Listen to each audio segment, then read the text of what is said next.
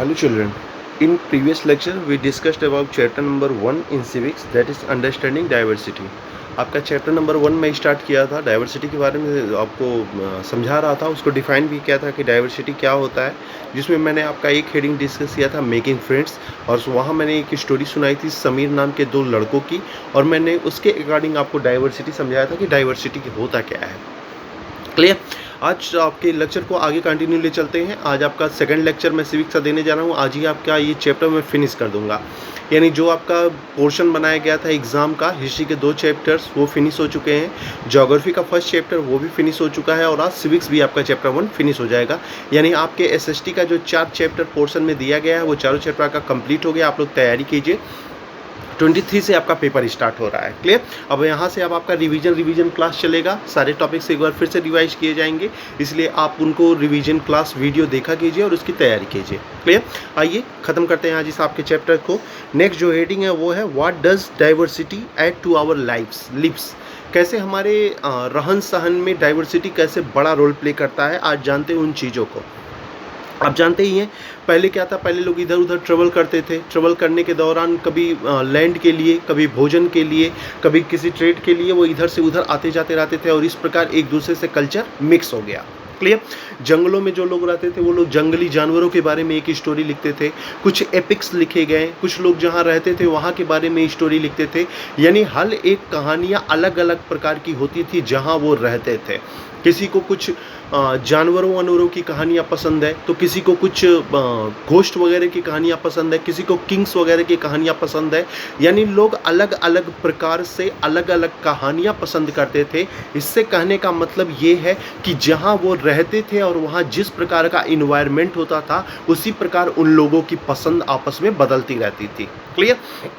सब कुछ अलग होने के बावजूद ये किस प्रकार एक दूसरे से मिलकर रहते हैं, किस प्रकार यूनिटी है इन लोगों में, इस हेडिंग में आपने देखा है समीर के स्टोरी के रूप में कि दो अलग अलग प्रकार के रिलीजन के होने के बावजूद उन दोनों में कितनी अच्छी फ्रेंडशिप जनरेट हो गई कि एक फ्रेंड जब अपने घर चला गया मेरठ में तो उसका दूसरा फ्रेंड काफ़ी दुखी था क्योंकि वो दूसरे समीर को वहाँ रोड पर देख नहीं पा रहा था। तो इस प्रकार एक प्रकार का बिहेव होता है, एक प्रकार का एटीट्यूड होता है जो जनरेट हो जाता है लोगों के बीच में, और यही जनरेट हुआ बिहेव कहीं ना कहीं दोनों के कनेक्टिविटी में काम आता है। क्लियर। आपका जो नेक्स्ट हेडिंग है वो हेडिंग है डाइवर्सिटी इन इंडिया। आपने देखा है इंडिया में तमाम प्रकार के रिलीजन, सबके क्लोथ्स अलग अलग, सबके फेस्टिवल्स अलग अलग, सबके रीजन अलग अलग, सबकी कास्ट अलग अलग, सब कुछ अलग है, लेकिन फिर भी वो एक ही कंट्री से बिलोंग करते हैं, और वो कंट्री है इंडिया, जहाँ सब एक दूसरे की हेल्प करते हैं। क्लियर। डाइवर्सिटी इन इंडिया में आपका पहला जो हेडिंग है वो हेडिंग है how do we explain diversity. हम डाइवर्सिटी को एक्सप्लेन कैसे करेंगे, इसको समझेंगे कैसे। क्लियर। तो जैसा मैंने पीछे बताया आपको कि करीबन 200 साल पहले लोग लैंड के लिए, रहने के लिए, ट्रेड के लिए, भोजन के लिए इधर से उधर ट्रेवल करते थे। इधर से उधर ट्रेवल करने से क्या फ़ायदा हुआ, यहाँ का कल्चर उनके पास गया और उनका कल्चर हमारे पास आया, और इस तरह हमने सारे कल्चर्स को एब्जॉर्ब कर लिया, समाहित कर लिया। इस प्रकार हम कह सकते हैं जो इतिहास है वो लोगों में कल्चरल लाइफ डेवलप करता है। कल्चरल लाइफ में किस प्रकार की चेंजिंग हुई वो हिस्ट्री हमें बताता है। अलग अलग रीजन में होने के बावजूद, अलग अलग रिलीजन होने के बावजूद, अलग अलग फेस्टिवल होने के बावजूद हम सब मिलकर एक ही देश में रहते हैं और रिस्पेक्ट देते हैं एक दूसरे को, और वही कहलाता है यूनिटी इन डाइवर्सिटी। ये डाइवर्सिटी में भी एक प्रकार की एकता है। यहाँ 2 रीजन के बारे में डिस्कस किया गया है। एक आपका रीजन केरला लिया गया है और दूसरा लद्दाख। बहुत इंपॉर्टेंट है लद्दाख, इससे क्वेश्चंस बनते भी हैं, इसलिए लद्दाख वाले टॉपिक आप जरूर पढ़ लीजिएगा, बुक से भी पढ़ लीजिएगा, अच्छा खासा लद्दाख को पढ़िएगा क्योंकि क्वेश्चंस बनते हैं इससे अच्छे खासे। क्लियर। सबसे पहले बात करते हैं लद्दाख की। तो आप जानते ही हैं जम्मू कश्मीर के नीचे का अगर पोर्शन मैं ले लूँ तो वो लद्दाख है। पहले ये जम्मू कश्मीर का हिस्सा था, लेकिन अभी पिछले कुछ महीनों में इसे जम्मू कश्मीर से अलग कर दिया गया और इसे एक सेंट्रलाइज स्टेट बना दिया गया, केंद्र शासित राज्य। नहीं तो पहले ये जम्मू कश्मीर में ही था। क्लियर। तो लद्दाख आपका नीचे पड़ेगा जम्मू कश्मीर के, जो तिब्बत के आसपास है, इसीलिए इसको मिनी तिब्बत भी लोग कहते हैं, लद्दाख एरा को। क्लियर। आप जानते ही हैं यहाँ बारिश वगैरह होता ही नहीं, काफ़ी रेगिस्तानी डिज़र्ट एरिया है, बारिश वगैरह उतना होता नहीं। लेकिन बारिश नहीं होने का मतलब ये नहीं कि यहाँ काफ़ी गर्मी पड़ती है। यहाँ जो डिज़र्ट भी हैं वो भी कोल्ड डिज़र्ट है, ठंडे डिज़र्ट है लद्दाख के। क्लियर?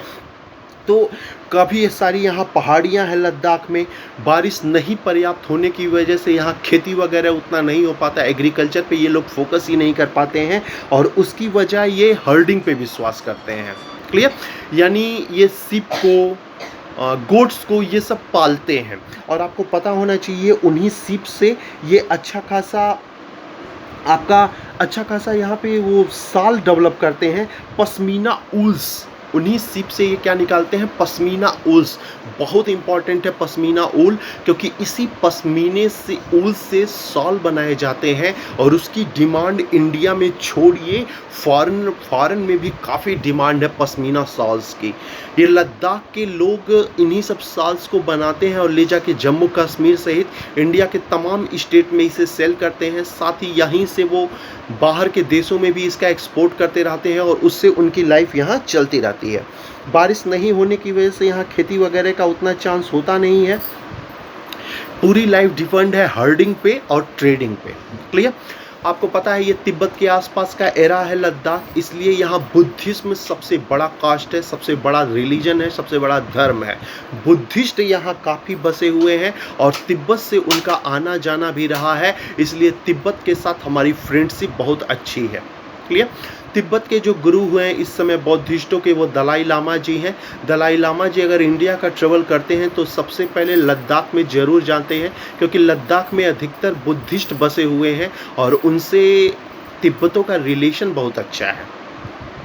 ट्रेडिंग की वजह से तिब्बत के लोग भी लद्दाख को काफ़ी पसंद करते हैं। वहाँ पश्मीना शॉल्स और बाकी सारे डिजाइन किए हुए शॉल्स उन्हें मिलते हैं बड़े ही कम रेट में, इसलिए उनका रिलेशन भी लद्दाख से बहुत अच्छा है, जो लद्दाख के साथ साथ इंडिया के लिए भी बेहतर होगा, क्योंकि इससे हमारा ट्रेड फॉरेन कंट्री में भी पहुँचता रहेगा। क्लियर? तो लद्दाख में बुद्धिस्ट ही ज़्यादा बढ़े हुए हैं और ये बुद्धिस्ट के साथ साथ यहाँ कुछ माउंटेन्स भी हैं। ऐसा नहीं कि केवल बुद्धिस्ट ही बसे हैं लद्दाख में, बल्कि यहाँ मुसलमान एरा भी देखा जाता है। मुसलमान भी एरा यहाँ पे है। अलग अलग रिलीजन के होने के बावजूद इनमें ज़बरदस्त यूनिटी देखने को मिलती है। एक दूसरे का हेल्प करते हुए, एक दूसरे के फेस्टिवल्स में पार्टिसिपेट करते हुए लद्दाख बेस्ट एग्जाम्पल है यूनिटी इन डाइवर्सिटी का। क्लियर? आपको पता होना चाहिए लद्दाख में एक एपिक है केसर सागा, ये एपिक है। इस पे नाटक खेले जाते हैं, नाटक खेला जाता है।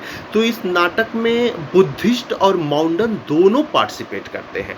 यानी ये जो केसर सागा यहाँ का एपिक है उसमें हर एक धर्म के लोग पार्टिसिपेट करते हैं, जबकि यह एक बौद्धिस्ट एपिक है। इसके बावजूद यहाँ माउंटन भी पार्टिसिपेट करते हैं इस प्रोग्राम में, इस नाटक में।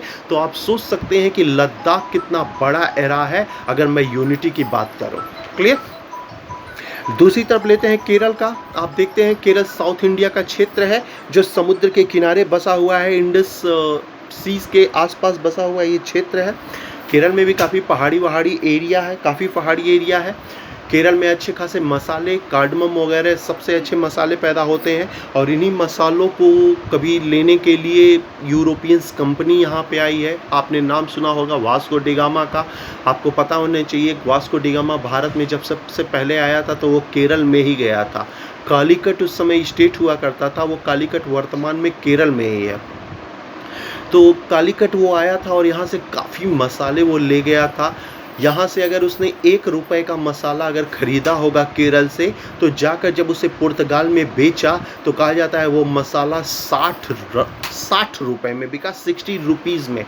यानी केरल के खरीदे मसाले को जब ले जाके पुर्तगाल में बेचा गया तो 60 गुना अधिक फ़ायदा हुआ। अब आप सोच सकते हैं केरल में मसालों की क्या क्वालिटी रही होगी और उन मसालों की डिमांड यूरोपियंस कंट्री में कितनी ज़्यादा रही होगी। सिंपली अगर मैं बात करूं तो आपको पता होना चाहिए यूरोप से कभी 5 देश आए थे हमारे देश में ट्रेड के लिए। उसमें से एक देश ब्रिटेन है जिसका 190 साल हम गुलाम बने हैं। ये 5 कंट्री जो इंडिया में आई थी, ये केवल आने का एकमात्र पर्पज केवल और केवल मसाले थे जो केरल से इन्हें प्राप्त हुआ है। यूरोपी में उस समय कहा जाता है एग्रीकल्चर उतना था नहीं, लोग मीट पर ज़्यादा डिपेंड रहते थे, मीट वगैरह ही वहाँ का मुख्य भोजन था। तो मीट में जब तक मसाले नहीं होते तब तक मज़ा भी नहीं आता है, आप भी जानते हैं। तो मसालों की डिमांड यूरोपियंस में बहुत ज़्यादा हो गई थी और यही कारण है, कहा जाता है कि हर एक देश भारत में आना चाह रहा था यहाँ के ट्रेड के लिए, और उसमें सबसे बड़ा रोल अगर किसी का था तो केरल के मसालों का हुआ करता था। क्लियर है। साथ ही आपने एक राइटर, मेडाइवल हिस्ट्री में, आप क्लास 7 में मेडाइवल हिस्ट्री पढ़ाया जाएगा, उसमें मैं एक राइटर की बात करूंगा और वो राइटर है इब्न बतूता। आपका इतिहास लिखा है हिस्ट्री, मेडाइवल हिस्ट्री में। तो उसने बड़ी तारीफ़ की है केरल की, बहुत तारीफ़ की है। उसने कहा केरल में हर एक धर्म के लोग हैं। सबसे ज़्यादा तो यहाँ क्रिश्चियन बसे हुए हैं, क्योंकि यूरोप से लोग यहाँ आए थे तो यहाँ क्रिश्चियनिटी को ऑटोमेटिक प्रचार मिला, एडवर्टाइज मिला। इसी वजह से केरल में अधिकतर क्रिश्चियंस पुराने हैं। मतलब पुराने, अगर मैं धर्म कहूँ केरल का, तो सबसे पुराना धर्म क्रिश्चियंस ही वहाँ चले आ रहे हैं। क्रिश्चियनिटी बहुत पहले से आ गई थी। अब आपका 1498 में वास्को डी गामा आया था, आप सोचिए कितना पुराना यहाँ क्रिश्चियंस आया होगा। क्लियर। तो इब्न बतूता ने बड़ी तारीफ़ की है केरल की। इब्न बतूता ने कहा यहाँ मुसलमान हैं, क्रिश्चियंस हैं, बुद्धिस्ट हैं, लेकिन इन सब में जो यूनिटी देखने को मिलता है, इन सब में जो एकता देखने को मिलती है। मैं मोरक्को का आया हुआ मैं राइटर हूँ, लेकिन मैं विश्व के किसी देश में वो यूनिटी देखने को नहीं पाता हूँ जो यहाँ इस केरल के क्षेत्र में देखने को मिलता है। क्लियर। तो ये केरल है। साथ ही आप जानते ही होंगे यहाँ पे फिशिंग काफ़ी की जाती है, फिशिंग काफ़ी की जाती है केरल में। मछली ही उनका मुख्य भोजन भी है। साथ ही साथ आपको पता होना चाहिए, ओणम जब फेस्टिवल आता है तो ओणम में यहाँ बोट रेस किया जाता है। वो बोट रेस बहुत इम्पॉर्टेंट है, बहुत इम्पॉर्टेंट है। आपको पता होना चाहिए, इस बोट रेस को देखने के लिए इंडिया छोड़िए, फॉरेन से इतने लोग आते हैं जिसकी कोई सीमा नहीं। पहाड़ी एरा, अच्छा खासा समुद्र के बीच होने के बावजूद यहाँ अच्छे खासे पूरे फॉरेनर्स आते हैं। अगर मैं बात करूँ तो केरल निश्चित तौर पर टूरिस्टों को अट्रैक्ट करने वाला इंडिया का मैं सबसे बड़ा स्टेट कहूँगा। निश्चित तौर पे यहाँ टूरिस्टों से केरल स्टेट को इतना ज़्यादा फ़ायदा होता है जिसकी कोई सीमा ही नहीं हो। तो फिशिंग यहाँ अच्छी खासी होती है, आपके बोट रेस होते हैं। बोट रेस को देखने के लिए फॉरेनर से अच्छे खासे लोग आते हैं, जिनसे इंडियन केरल टूरिस्टों को कितना ज़्यादा, टूरिज़्म को कितना फ़ायदा मिलता होगा ये आप सोच सकते हैं। बात किया दो अलग अलग राज्यों की, अलग अलग राज्य होने के बावजूद इनमें यूनिटी आप देख सकते हैं कि दोनों एक ही देश भारत में बसे हुए हैं। आप सोच सकते हैं कितना इम्पॉर्टेंट है इंडिया में डाइवर्सिटी और उनके बीच यूनिटी को इस्टेब्लिश किया जाना। तो इस प्रकार आपने डाइवर्सिटी को समझ लिया। लद्दाख और केरल का आपने एग्जाम्पल लिया। लद्दाख बहुत इंपॉर्टेंट है, एक बार फिर कह रहा हूँ, मेरे लेक्चर होने के बावजूद आप बुक से इसे ज़रूर पढ़िएगा, उसके लेक्चर्स को देखिएगा, उसके देखिएगा क्या उसमें लिखा हुआ है लद्दाख और केरल के बारे में। आपका जो लास्ट टॉपिक है वो टॉपिक है यूनिटी इन डाइवर्सिटी, यानी डाइवर्सिटी में यूनिटी। यही बात मैंने कही थी पीछे। तो आप जानते हैं इंडिया में अलग अलग डाइवर्सिटी होने के बावजूद उनमें एकता, यही इंडिया की सबसे बड़ी स्ट्रेंथ है निश्चित तौर पर। क्लियर। यहाँ जब ब्रिटिश राज कायम हुआ था, जब ब्रिटिश राज यहाँ 1757 में बैटल ऑफ प्लासी, 1764 में बैटल ऑफ बक्सर युद्ध हुआ, उसके बाद यहाँ ब्रिटिश राज कायम हो गया। ब्रिटिश राज कायम जब हुआ तो आपको पता होना चाहिए ब्रिटिशों ने धीरे धीरे यहाँ पे कभी वार के जरिए, कभी किसी प्रकार के युद्ध के जरिए उन्होंने इंडिया को अपना स्लेव बनाना शुरू कर दिया। क्लियर। जब इंडिया स्लेव बन गया तो यहाँ के लोगों में एक प्रकार की जागरूकता आई और उन्होंने मिलकर ब्रिटेन के खिलाफ एक लड़ाई की शुरुआत की। उस लड़ाई में कभी ये नहीं देखा गया कि हिंदू कौन है, मुसलमान कौन है, सिख कौन है, ईसाई कौन है, बल्कि सब ने मिलकर एक दूसरे से कंधा मिलाकर ये लड़ाई लड़ी है ब्रिटिशों के खिलाफ। अब इससे बड़ी यूनिटी इन डाइवर्सिटी आप कहाँ देख सकते हैं जो इंडिया में आपको देखने को मिला है। आपके बुक में एक गीत लिखा हुआ है किनारे, don't forget the days of blood. आप वो गीत देखिए, उसमें बात किया गया है जलियांवाले बाग नरसंहार की। अब सोचिए ये गाना उसी जलियांवाले बाग के विरोध में लिखा गया जिसे लिखा है कई सारे रिलीजन के लोगों ने मिलकर। अब सोचिए उनमें क्या यूनिटी रही होगी। आपको पता होना चाहिए 1919 में 1919 में 13 अप्रैल 1919 को जनरल ओडायर ने पंजाब में अच्छा खासा जलियांवाला बाग हत्याकांड कराया था। जहां निर्दोष करीबन 1,500 जनता को इन्होंने गोलियों से भुनवा दिया था, वहीं इतिहास में जलियांवाला कांड के नाम से जाना जाता है। उसी के विरोध में ये गाना लिखा गया, जहां बताया गया ब्रिटिश तुम कितना भी बड़ा हमारे ऊपर टेरर कर लो, इसके बावजूद हम साथ में हैं और वो दिन दूर नहीं जब हम मिलकर तुमसे लड़ाई लड़ेंगे और तुम्हें इस देश से बाहर निकाल देंगे। क्लियर। इनकी यूनिटी को देखने के लिए लॉर्ड कर्जन, जो उस समय भारत का वायसराय था 1905 में, उसने फूट डालो राज करो का नीति की शुरुआत की थी।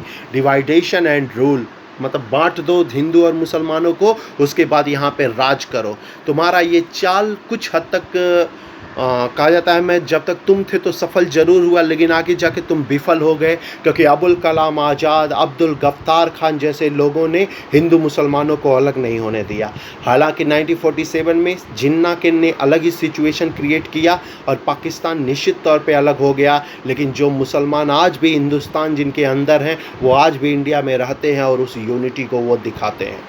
क्लियर। ईद हो तो ब्राह्मण मुसलमानों के घर जाके उन्हें बधाई देता है, दिवाली हो तो मुसलमान हिंदूज के घर जाके उन्हें बधाई देते हैं। अब इससे बड़ी यूनिटी और किस देश में देखने को मिलेगी, जो यूनिटी देखने को मिला है इंडिया में।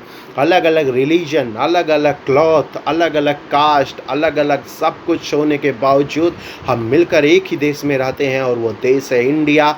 जहाँ ईद में हम बधाई देते हैं उनको, तो दिवाली में बधाई देते हैं वो हमको। हमारे प्राइम मिनिस्टर नरेंद्र मोदी या बात प्रेसिडेंट की करूँ रामनाथ कोविंद जी, तो चाहे ईद हो, रक्षाबंधन हो या कोई भी फेस्टिवल हो, तो वो हर एक कास्ट को बधाई देते हैं, बधाई का संदेश देते हैं, जो इस बात को बताता है कि इंडिया में हमेशा हर एक धर्म को सम्मान मिला है, हर एक कास्ट को सम्मान मिला है। तो इस प्रकार आप देख सकते हैं सब कुछ अलग होने के बावजूद हम में किस प्रकार ये यूनिटी है, और वो यूनिटी निश्चित तौर पे इंडिया को इंटरनेशनल स्टेज पे सबसे बेस्ट कंट्री का दर्जा दिलाता है। तो ये यूनिटी आपको देखने को कहीं नहीं मिलता है, जो आपका इंडिया में देखने को मिलता है। आपके इसी हेडिंग के साथ आपके सिविक्स का चैप्टर नंबर 1 यानी डाइवर्सिटी फिनिश होता है। आज आपका जो पोर्शन है प्री क्वार्टरली का वो कंप्लीट हो गया। अब आपकी एग्ज़ाम की तैयारी आप शुरू कीजिए। 23 से, जैसा आपको पता है 23 से आपका पेपर स्टार्ट होने वाला है। एसएसटी का पोर्शन पूरा हो गया आपका। मैंने वीडियो में आपको बता दिया था, आपके क्वेश्चंस 4-5 प्रकार के हैं। Fill in the blanks, 1 word answer, true false, और साथ ही साथ आपका एमसीक्यू। क्लियर। तो ये 4 प्रकार के क्वेश्चंस बन रहे हैं आपके, सभी जी हैं। किसी शॉर्ट क्वेश्चन में, लॉन्ग क्वेश्चन में आपको जाने की ज़रूरत नहीं है। 1 वर्ड का आंसर आप तैयार करते हैं तो भी आप पेपर बड़े आराम से टैकल कर लेंगे। फिर मैं बता दूं आपके लिए गोल्डन चांस है। गोल्डन चांस इसलिए मैं कह रहा हूं कि आप अच्छे खासे नंबर एसएसटी में निकाल सकते हैं, क्योंकि लॉन्ग क्वेश्चन तो आ नहीं रहा है, तो आपको ज़्यादा मेहनत करने की भी ज़रूरत नहीं पड़ेगी। सिंपल आप क्वेश्चन तैयार करते हैं, फुल बाई फुल मार्क्स आप लेके आएंगे। फिल इन द ब्लैंक्स सही करेंगे तो पूरा फुल मार्क्स, उसमें नंबर काटने का कोई वही चांस ही नहीं रहता। लॉन्ग क्वेश्चन होते तो समझ सकता हूँ कि 5 नंबर का क्वेश्चन है तो कभी टीचर्स काट लेते हैं, 4 ही नंबर दे देते हैं, लेकिन ये तो 1-1, 2-2 नंबर के क्वेश्चन है, तो आप बड़े आराम से अच्छे मार्क्स और फुल मार्क्स लेके बाहर निकल सकते हैं। तो आज आपका चैप्टर फिनिश हो गया। आप बुक एक्सरसाइज कंप्लीट कर लीजिएगा, यही आपका होमवर्क है। आपका डाइवर्सिटी चैप्टर फिनिश हुआ, जिसमें आपने डाइवर्सिटी समझा, मेकिंग फ्रेंच टॉपिक समझा, डाइवर्सिटी इन आपने इंडिया समझा, और यूनिटी इन डाइवर्सिटी समझा। ये सारे टॉपिक्स और यही 4 टॉपिक आपके सिविक्स के सिलेबस में मैंने दिया है। चारों टॉपिक से रिलेटेड आपके क्वेश्चंस पूछे जाएंगे, जिनकी आप तैयारी करिए और क्वेश्चंस सारे टैकल करिए। फुल बाई फुल मार्क्स लेकर आइए एसएसटी में। 10 उससे बेटर रिजल्ट ना ही कभी बनेगा और ना ही कभी हो सकता है, इसलिए मेहनत कीजिए खूब। नेक्स्ट टर्म से मैं आपका रिवीजन क्लास दूंगा। जो आपका हिस्ट्री का चैप्टर 1 और 2 मैंने पढ़ाया था, ग्रोइंग जो चैप्टर 3 था उसे मैं चैप्टर 2 कर दिया हूँ, उसको रिवाइज करा दूंगा। आपके ज्योग्राफी के चैप्टर नंबर 1 को रिवाइज करा दूंगा, साथ ही आपका ये सिविक्स यानी डाइवर्सिटी को एक बार फिर रिवाइज करा दूंगा। इतना बात याद रखिएगा, हमेशा यूनिटी हमारे देश में है और यही हमारी सबसे बड़ी स्ट्रेंथ है, इसलिए हमें भी चाहिए उस यूनिटी को बनाए रखा जाए। हिंदू, मुसलमान, सिख, ईसाई, बौद्ध, जैन, किसी भी धर्म के आप क्यों ना हो, हर एक धर्म को सम्मान कीजिए, सम्मान दीजिए और उन्हें बताइए कि उनका धर्म यहाँ कम नहीं है, किसी माइनॉरिटी में उनका धर्म नहीं, बल्कि आप भी हमारे साथ हैं और हम सबको मिलकर इंडिया का फिर से निर्माण करना है, इंडिया को एक बेहतर कंट्री बनाना है in front of international stage. Clear? यही हमारी सबसे बड़ी स्ट्रेंथ है जो हमें होना चाहिए, क्योंकि ब्रिटिशों के खिलाफ जो हमने लड़ाई लड़ी तो कभी ये नहीं पूछा गया कि तुम लड़ाई लड़ने वाले हिंदू हो या मुसलमान हो, बल्कि सब एक साथ लड़े, एक साथ जेल गए और एक साथ उन्होंने ब्रिटिशों को यहाँ बाहर खदेड़ा इंडिया के। लास्ट में आपका एक पिक्चर बना हो जिसमें आप देख सकते हैं जवाहरलाल नेहरू एक भीड़ को संबोधित कर रहे हैं। ये 1947 देश की आज़ादी के बाद का लेक्चर है। यहाँ कितनी भीड़ इकट्ठी हुई है, कभी उन्होंने भीड़ से पूछा कि तुम हिंदू हो या मुसलमान हो। इससे बड़ी यूनिटी का पिक्चर आप कहीं नहीं देख ही नहीं सकते, क्योंकि ये पिक्चर दिखाता है unity in diversity in India. Clear? तो आज लेक्चर में फिनिश करता हूँ आपका चैप्टर फिनिश के साथ। नेक्स्ट टर्म पे आपका रिवीजन क्लास स्टार्ट होगा, आप लोग अपनी तैयारी शुरू कीजिए। Thank you.